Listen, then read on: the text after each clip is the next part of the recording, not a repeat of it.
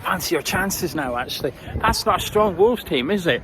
I'm just going to stick with 1-0, but I'm going to flip the teams around. I'm going to say 1-0 West Ham, actually. I told you I had proof that I fancied West Ham to win 1-0 once I seen the team lineups on Sunday afternoon. But that's what we're going to be discussing today. A little bit about Pablo Fornals, a little bit about Mikel Antonio, a little bit about David Moyes, and a lot about Sunday's game. Couldn't do it yesterday. We had to do a couple of Patreon videos and then the Southampton preview and get that up. But wanted to discuss Sunday's match. So here I am discussing it.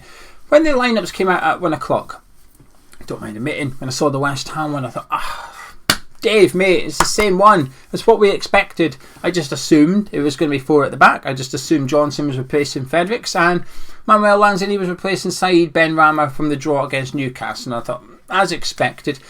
Then I saw the Wolves one, got a little bit happier. I thought, crikey, Bruno Lage is taking a little bit of a risk. He's heavily rotating that team. I understand why he played Thursday, but I thought, now we've got a chance. But my prediction that you've just seen was based on Wolves' team. It wasn't based on ours. It was based on what Wolves had done, and I just thought that we should be able to beat that team. And we did. Not just because of what Wolves done, though. It's also because of what David Moyes done. It's because of the performances of certain individuals in the team. And I think this is why I came away a lot happier on Sunday compared to recent weeks. And when I say recent weeks, I include some wins in that. The draws against Newcastle and Leicester recently as well. Not the worst results in the world, is it? We're drawing games. But you come away thinking that player's played poorly, or that player's still playing poorly and he's still in the team. This needs change, that needs change. And I've been a bit grumpy recently with some individual performances and the team performances and some results, admittedly. But there was none of that after the game on Sunday. I come away thinking everybody played well. Nobody had a bad game. And perhaps most pleasing for me was the way David Moyes changed something. Before the game on Sunday, I was speaking to some people on the boats and that, and we were sort of comparing to some extent Moyes and Bielsa, because Bielsa was just a way to be sacked at that time. And a large part of the reason Bielsa struggled is because of his stubbornness. You know, he's got one way of playing and he likes to play that way. He will only play that way. Even without Bamford, even without Calvin Phillips, I'm still going to play this way. And it's cost him. It's cost him his job in the end. Now, I'm not saying it should cost Moyes his job. That's not what I'm saying. But what I'm saying is Bielsa had plan A and stuck to it. He refused to budge from it. And I felt that Moyes was a bit the same recently, that we've been playing one way and one way only. Even though it's not working, we're going to keep on playing this way and hope it does work. Still doesn't work. What you're going to do? Keep playing it anyway. And it was getting a bit frustrating for myself. And my optimism going into Wolves' game was non-existent, to be honest with you. I wasn't very hopeful at all because I thought we were going to continue to do the same thing again. But on Sunday we saw a change from Moyes in the way that he picked the team, the way that he set the team up. Admittedly, when I was at the game, it was difficult to work out. Sometimes I thought Fornals was left wing, sometimes I thought he was left wing back. I didn't particularly get too bothered by it when I was sat there watching the football, but I was trying to work it out a little bit. I thought, is Fornals left wing back, or is he left wing, or what's he doing? But since then, I've watched the game back. I watched the game back yesterday. I watch all the games twice now. Now we're doing this for a job. I'm taking it serious. Can't say I don't take it serious. Watch every game twice before I do a second review or we do the player ratings or that. I try and watch it back again and try and look out for things that I've perhaps missed. And there's no emotion when you watch it back, is there? You know what's going to happen. No surprises or anything. So it's easier to watch the second time round. And I have to say I was quite impressed actually by Pablo Fornals' position and the fact that Moyes actually changed it. I wasn't expecting Moyes to change it, and to be honest with you, I don't think Bruno Lage was expecting Moyes to change it either, and that's a big part of the reason that we got the win. Fornals was pivotal. Not quite man of the match. I thought that was Kurt Zuma by an absolute country mile, but he was pivotal to the way that we played that formation.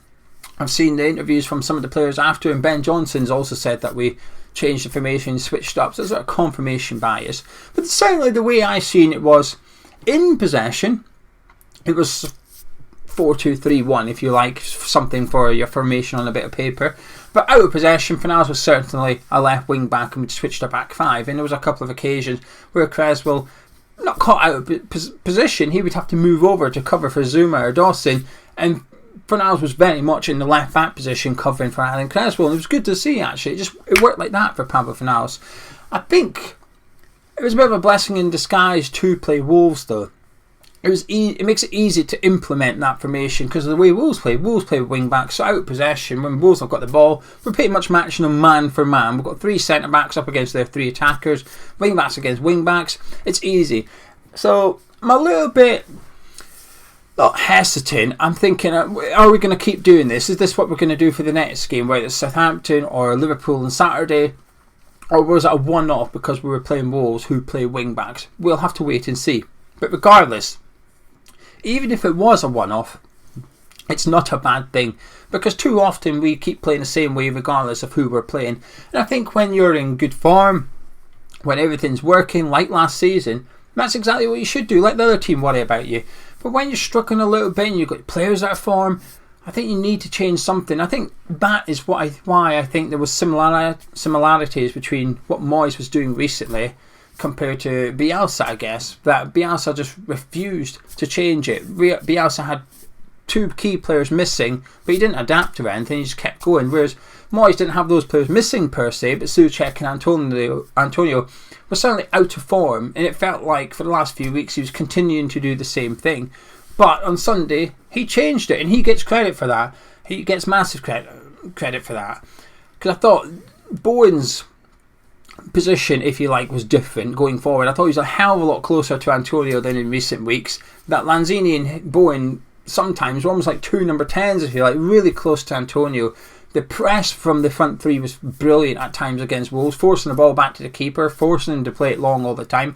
It was pleasing to see. Now, before I discuss Mikel Antonio, I just want to point in the direction of our Patreon. It's that time of the month again. It's the start of the month. It's the first day of the month, which makes it the best time to join up in terms of value. Wolves was match day 1 of 7 in 22 days. Lots of football coming up, which means lots of videos on this channel, the forum channel, and on Patreon as well. Over there we have our player ratings where every game myself and Gonzo sit down the following day and discuss the starting 11 as well as the manager. Give them a little mark out of 10, but it's a very in-depth discussion. I do my opposition prediction where I take a look at our upcoming opponents, guess what they're trying to do, give you my thoughts on their starting 11 as well. Got much other stuff over there as well. So there's plenty more video content. If video content's not what you're after, we have a few perks as well. We've done a couple of giveaways recently, giving away about, 25, 30 tickets so far this season to patrons. Couple of captain's armbands got given away last week. Got a signed Fabianski shirt given away this month, as well as signed photos from some of the legends of West Ham United. Online discount, loads and loads of perks. I'll put a link in the description below. You click it, it'll load up the page. If you wish to support the channel, get new content, whatever you can do, much appreciated. From £3.50 per month to get more Hammers Chat videos. So massive thank you to everybody who's signed up. You just have a click on it, have a little read. I much appreciate it. Anyway, back to talking about West Ham against Wolves. Mikel Antonio, not back to best. Not back to best. On Sunday, I said he was sort of mini beast mode, and I'm going to stick with that. It was a hell of a lot better. I actually thought the criticism of Antonio against Newcastle was a bit harsh, actually. I thought he played okay in the first half against Newcastle. Not excellent, but he played okay. I saw energy, I saw enthusiasm, I saw hard work. The second half against Newcastle wasn't great, though. He had that bit where he tried to cross the ball and hit his foot and went out, and he missed it with his kicking foot. Then he had that, it was a selfish shot, wasn't it, where he come down the side 25 yards out or something and blazed it into Rose Ed. And it got a bit frustrating watching him in the second half against Newcastle, but I thought there was some things there that I was encouraged by, if you like. And then against Wolves on Sunday, I thought he was brilliant. In the first half, I thought he was brilliant, chasing everything. He had Kilman's number at times. Now I think Kilman's a fantastic centre-back. I really, really like him. But I thought Antonio done him a few times. In the second half, I thought the game was stretching a little bit. I thought he'd done Conor Cody a couple of times as well. There was, on a couple of occasions, his final ball wasn't quite there. He tried to play Bowen in a couple of times and his pass just wasn't quite there. Unlucky with his snapshot, if you like. Souček gave it to him, he turned and hit it. Good save from the keeper. Perhaps might have had a goal had Kurt Zouma not tried a scorpion kick. I think it was from the resulting corner as well. It fell to Antonio, it looked like his way hit it, and Zouma just stuck his heel out and put it over the bar or whatever, and you could see Antonio's frustration. But I thought he had a really, really good game. A large part of it, like I said, I thought Bowen was a hell of a lot closer to him in recent weeks. I thought Lanzini was closer to him, and he was a lot more central. I felt he stopped drifting out wide as much. He was just trying to stay central a lot, and it worked. Again, I think it helps because of the formation that Wolves play, because they play 3 at the back. He could go sort of stand next to Kilman, so he was in the channel a little bit, but up against the centre back rather than a full back. But I just thought he was really, really good. The last 10-15 minutes of Antonio, though, he was done and dusted. He should have been taken off, and that's my only criticism of Moyes at the weekend. Antonio should have been subbed off a little bit because he was pooped. I don't blame him. That's what I like to see. I like to see the fact he's given 100% for 80 minutes. He's ran himself into the ground. In that last 10 minutes, he gets the ball. He sort of hesitates a little bit. There was 2 options, wasn't there? There was, I don't know who it was, but there was Bowen going one side. I think it must have been Fornals or Lanzini going the other side of him, and he wasn't sure which to do. He ended up loses it, and then making a rash foul, getting a yellow card for it. And I just thought, come on then, let's get him off the pitch now. Let's get him off. He's had a good game. Preserve him, keep his confidence up. But it was pleasing to see such a good performance from Antonio because we rely on it. We know that. Nobody says we don't rely on Antonio playing well in terms of the attacking part of our game. So it was good to see him going back to his best, if you like. We had shades of beast Antonio. The dilemma for Moyes, though, after Sunday's game, like I've done all the praise, and that's Sunday done. I do think there is a dilemma here, though, for Moyes, and that is, what do you do? I felt going into the Wolves game, I mentioned it a few times, you're sick of me mentioning it, but I'm going to mention another couple. I felt like it was a case of, right, we've got Sevilla coming up on the 10th, we know that. 3 games, Wolves, Southampton in the FA Cup, Liverpool in the league. We've got 3 games to almost work something out, get players back to their best, do something, try something different, so that when we do go to Sevilla, we're in a little bit of form. Our players are playing a little bit better, because I felt that if we were to play Sevilla last week, so after the Newcastle game, that Thursday we would go play Sevilla, I wouldn't have fancied our chances whatsoever. I wouldn't have fancied it at all. I'm still a little bit hesitant.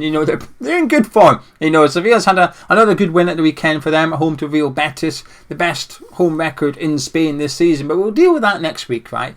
For West Ham, it was about what we're going to do. We need to do something. I thought we had 3 games to prepare. That's 1 done, and I feel like we've taken a giant step forward towards just working something out. Got Antonio playing well. Souček got his goal. I think Souček had a good game. That's all.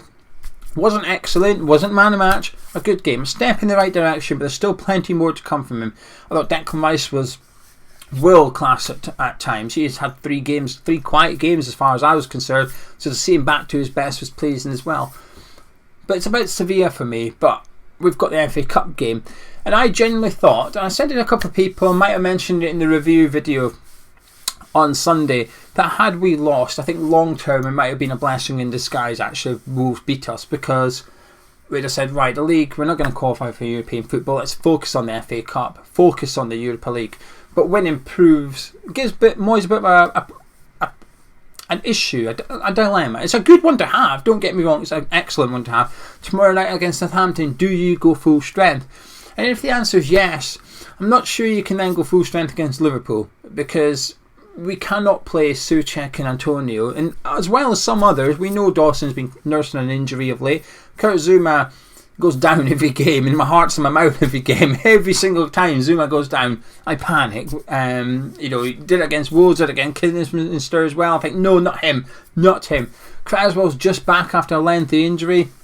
So we've got to look after our players a little bit, and I'm not sure you can play the same 11 against Wolves, Southampton, Liverpool, and then go to Sevilla and be fine. Even if you did, you've then got Villa and Sevilla again. Like I said, 7 games in 22 days. You cannot play Antonio 7 games in 22 days. So something's got to give. What is the answer? I don't know. Not the Europa League. That is the priority. It absolutely has to be the priority. Why else qualify for European football if you're then going to put it on the back burner? You can't. You've got to go all out. So I think the next 2 games is going to be really telling as to what Moyes does. And I'm a bit nervous that he does go full strength. I never thought I'd sit here saying I don't want to see Moyes go full strength 2 games in a row, but I don't. Half and half maybe, something like if he plays Antonio and that against Southampton, rest him up against Liverpool, go again against Sevilla. But Sunday, fantastic. like I said, recently I've come away from some games thinking we got off with it a little bit. None of that on Sunday. I thought we deserved it. Thought we had a tactical game plan. We executed it perfectly. And it was only 1-0. I felt we'd probably deserved to score another one or two. I thought we were unfortunate not to be ahead at half time. Fabianski didn't have a save to make until the 85th minute or something, which shows how well we defended. And that shot come from 25 yards out. We restricted him to one long range effort at our goal, and that was it. Some real big performances from big players, and the players that needed it too.